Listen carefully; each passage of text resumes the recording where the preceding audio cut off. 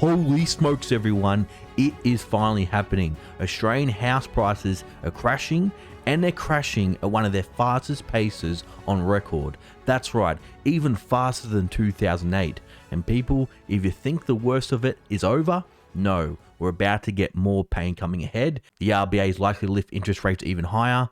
We just got more inflation data, which I'll go over in a moment, that says inflation is getting worse. And on top of all of this, we're going to be facing mortgage Armageddon mid to late this year, with all the people that had 2 to 3 year fixed rates. They're going to expire, go back onto variable, and they may be paying 3 or 4% higher mortgage rates. And did everyone all of a sudden forget this mortgage time bomb, these interest-only loans? All of a sudden, I don't hear anybody talking about it at all.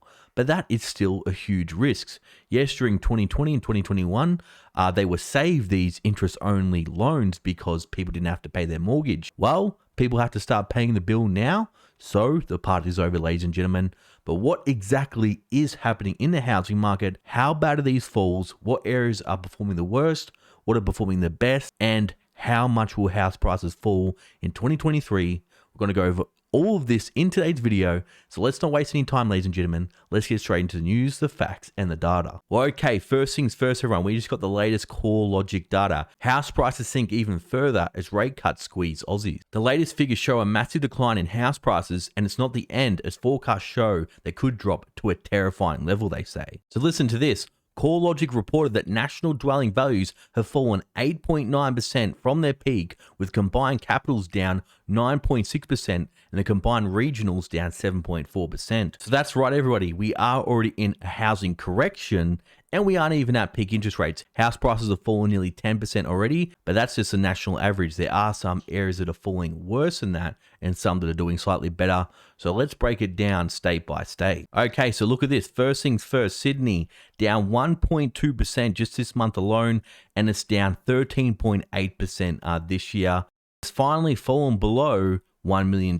That's right, for the cheap price of $999,000, you can buy yourself a 2-bedroom apartment in Sydney. Melbourne having some pretty steep drops as well, down 1.1%, and it's down 9.3% over the past year.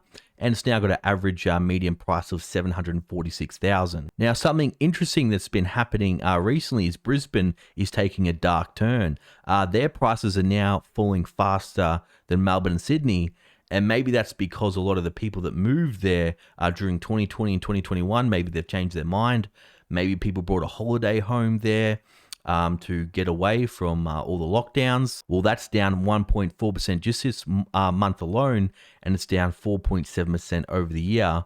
But this is comparing with the price increases from early last year, so it is down more than that from the peak, and the median price has now fallen below $700,000 to $698,000. Adelaide is down 0.8%, but is still up 6.9% over the past year, with a median price of $647,000. Perth down just 0.3%, and it's still up 2.7%. Obviously, Perth is a lot more affordable, so their prices haven't declined that much, with a median price of $559,000. Hobart actually had the steepest falls, everyone, down 1.7%, and it's down 9.5% over the past year, with a median price of $666,000. A bit of a worrying number there. I wonder if that's a sign about anything. Darwin, Australia's cheapest state, only down 0.1%, and is still up 3.7% over the past year. So I don't expect big declines in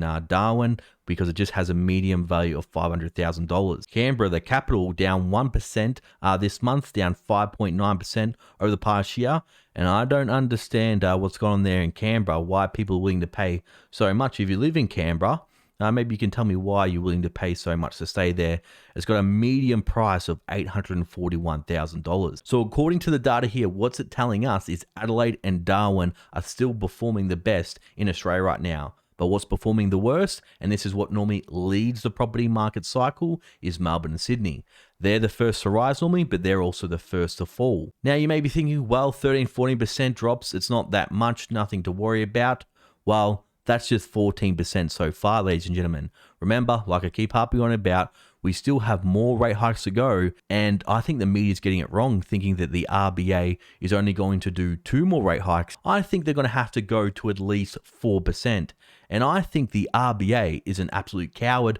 And I don't know how Philip Lowe, I should say, is a coward. And I don't know how he still has a job because he just keeps getting everything wrong. Remember in 2018, 2019, you're saying we're going to get wage growth up. We haven't seen any wage growth. Then he dropped interest rates. He kept them low for too long. Inflation got out of control. Then he did start to lift interest rates somewhat pretty fast. He did 50 basis point hikes. But then the Federal Reserve was doing 75 basis point rate hikes, 0.75%, and he was meant to go up to that, but he didn't. And then what he did the next month, while the Federal Reserve was lifting interest rates 0.75%, he actually dropped his rate hikes to 0.25%. And now we just got the latest data. Inflation is actually surged to a 40-year high. It's now getting worse inflation. While the Federal Reserve did the right thing, they lifted interest rates very quickly and inflation is starting to go down in the US, but it's actually getting worse here in Australia because the RBA is an absolute coward. They only lifted interest rates to 3% when the data now just came in with inflation at 7.8%. There's no way you're going to stop 7.8% inflation with 3.5% interest rate. Because look at this, everyone. Australia's accelerating inflation bolsters RBA rate hike bets. Australian inflation accelerated to the fastest pace in 32 years in the final 3 months of 2022, exceeding forecasts and prompting money markets to price in interest rate hikes at the next month central bank meeting. So like I said, the consumer price index advanced 7.8% from a year earlier compared with a medium estimate of 7.6%. Now, we haven't seen this kind of inflation since the 1990s recession that they said we had to have. And people, we need to have a recession right now because house prices accelerated 29% over 18 months. That's completely unsustainable. They created a bubble. They printed too much money. They gave away too much stimulus. They dropped interest rates too low, kept them too low for too long. So we need this correction because people are saying, don't worry, the government will come out there, save the day. They'll introduce mortgage keeper. While people know they won't, because the whole reason why we're in this situation in the first place is because of the government providing too much stimulus. With the stimulus checks, letting people take the superannuation, giving too much money to builders, making home building costs accelerate even further. So if they try to do stimulus now, we're going to see inflation skyrocket even further. So they can't do it, they won't do it, because then they'll just be undoing everything the Reserve Bank of Australia is trying to do right now. So if you have the mentality right now that the government is going to be there to save the day because that's what they've done over the past 3 recessions, no, people, they can't do that. That's the whole point why central banks are lifting interest rates right now because of all the stimulus they did before. Now, something that's much more worrying and shows inflation is going to be much more sticky, and you may be thinking this is boring economic inflation data. Well, if you're into real estate and you want to buy a dream home or you want to buy investment property, you need to monitor what happens to inflation, because what happens to inflation is going to tell us what will happen to mortgage rates. What happens with mortgage rates tells us what's going to happen with house prices. Look at this. Core inflation, a measure preferred by the RBA, accelerated to 6.9% last quarter from a year earlier. That exceeded the economists' forecast of 6.5%. So this inflation report shows us that the RBA is not doing nearly enough. Inflation is getting worse.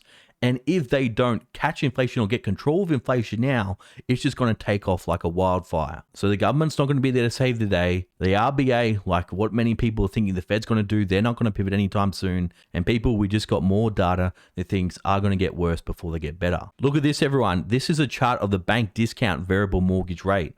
The reason we have to pay attention to this, because what happens with mortgage rates will affect house prices. We can see here we've gone to an average mortgage variable rate of 3.4% to 6.45%. But remember, most people in 2020 and 2021 actually got a fixed rate of around 1.9%. So their mortgage rates now, when they go from a fixed 2% rate, is now going to 6.5%. And when they expire, who knows, maybe mortgage rates will have 2 more rate hikes by the RBA, could go to 7%. So their mortgage rate is going to nearly quadruple. What do you think this is going to cause? For all my viewers watching in the US, Australia is very different. We can't fix our rates for 30 years at best. If you're lucky, you can maybe fix it for 5 years.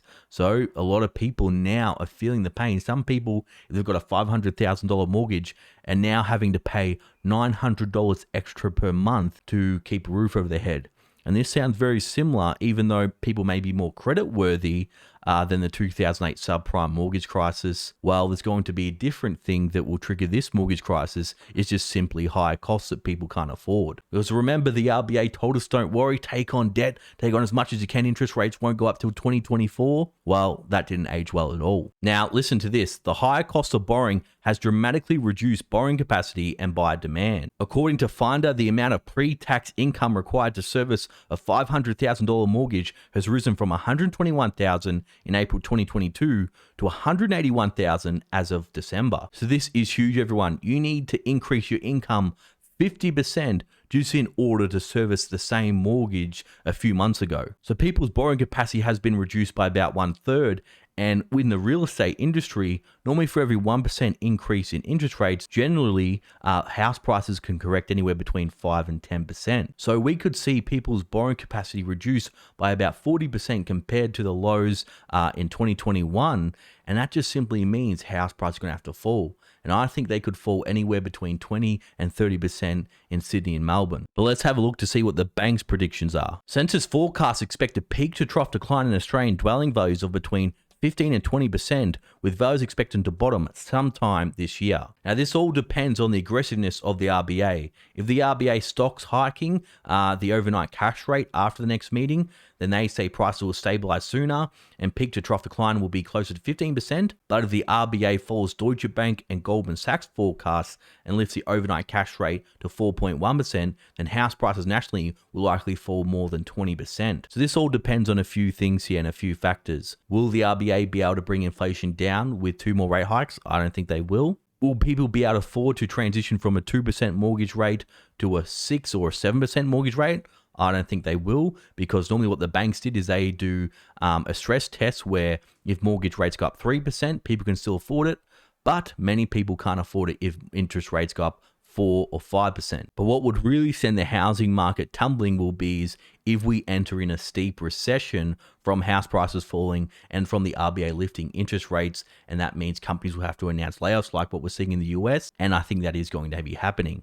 Just like in 1990, we had to have a recession to correct this speculative frenzy and also the inflation. I think we're going to have a deep recession this year as well to bring inflation down. That's the only way it's going to come down, and to bring house prices back to a normal level. Because remember, they're not coming from fair value and then correcting 20% to a bargain. They're coming from severely overvalued prices back to somewhat normal. So I think the old Australian myth is going to die, where house prices double every 7 to 10 years.